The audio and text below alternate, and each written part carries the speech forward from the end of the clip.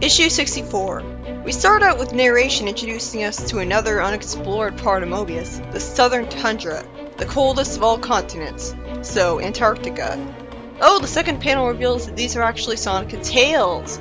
It's a really nice touch that they actually bothered to give Sonic and Tails winter clothes to account for them being in a cold climate. Imagine if the games cared enough to do that. Wouldn't it be great if in Ice Cap or Cool Edge, Sonic suddenly showed up with winter gear on? Sonic reminds Tails that they're tracking X's down into a fortress built into the side of this cold mountain.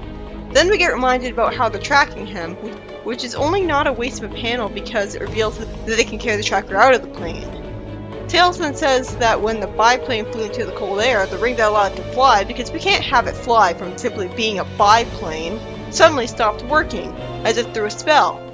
You know, instead of having Tails tell the audience this, he could have just had it shown to us in the flashback panel. Tails worries that even if X's get stopped, they've still been stranded thousands of miles from home and might never see their friends again. And Sonic reassures him that everything will be fine.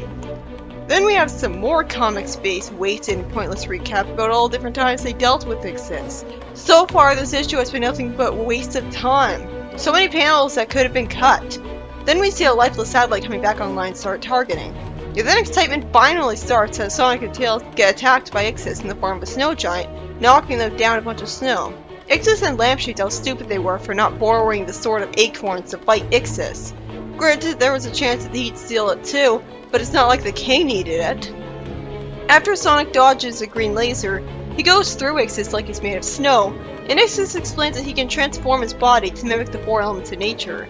Good thing he can somehow stay alive with his internal organs and fluids functioning just as well in those other forms. He reveals that Sonic's aircraft hadn't experienced turbulence before reaching Sabla City, because he was attacking it in cloud form instead. Seriously, how did he not know that already? Tails gets frozen inside of an ice cube, and is about to be attacked by some fire, so Sonic goes into a spin dash, getting all serious from Big Brother instincts, and attacks the weird beast other than Ixis, who is there for some reason. Ixis then says that he's betting on the abominable Snowbot to win, so that's what this is. That explains why he's willing to work for Ixis, no free will, and I guess Ixis can conjure up robots. An avalanche happens and the robot melts his way through the snow and ice with Sonic and Tails in his arm, and he brings them to a lab, setting them down in front of a man who shows pity for them, saying that they couldn't have been responsible for the mystical attack on home earlier. Because he psychically knows that somehow. I guess I was right to suspect he was a good guy when he started bringing them into the lab instead of killing them right away. The man mistakes Sonic for Jules.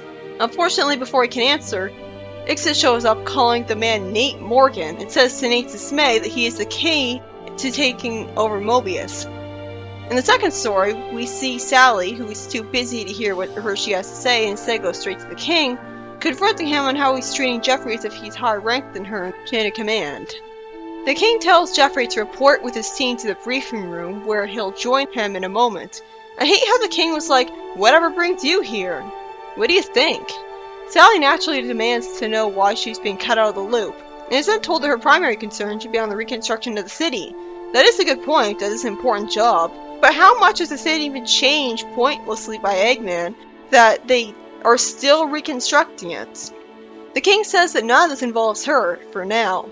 That for now thing made me suspicious. Wasn't he supposed to be a good guy?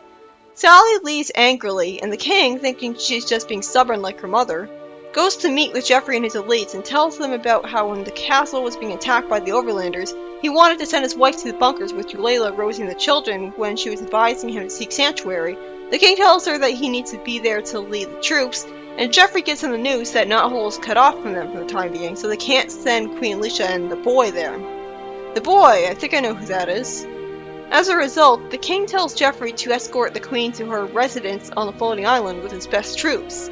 The last thing he heard was that the Overlanders had attacked the queen's convoy when she reached the floating island, making them lose contact with her. He had sent a team to find her to no avail, but recently some new evidence has emerged that could reveal what happened to the queen and her guardsmen. I'm not sure what that evidence is. So the mission is to finally solve the mystery of what happened to the queen. So maybe that's why he's usurping her authority. It's not just because of the whole she won't marry Antoine thing, but it's also because he doesn't want to get her hopes up by telling her about the mission to find her mother. I'm glad this is finally starting out. The first story is by Carl Bollers, and has Sonic and Tails travel to the southern continent, Antarctica, and lose a fight with Ixis that reveals some more of his powers, and then they get brought to the lab of a man named Nate Morgan by his robot, who seems to be a good guy, only for Ixus to show up, and the story to get immediately cut off right in the middle of the detention. So there's not much I can say about the story because it's so short. It ended just as it was at the climax. The beginning had too much pointless recap, the rest was pretty tense. The end. I'm intrigued by the Nate concept though, a good human scientist. I've heard about this character and what happens to him a lot later. The second story is by Ken Penders, who reveals that the king wants to send Jeffrey to try and find the queen, so he's sending him and his elites on a mission that really feels significant right off the bat. And there's a possible justification for his secrecy from Sally because he doesn't want to get her hopes up. Again, not too much to say about this one. I'm just glad they're finally doing this.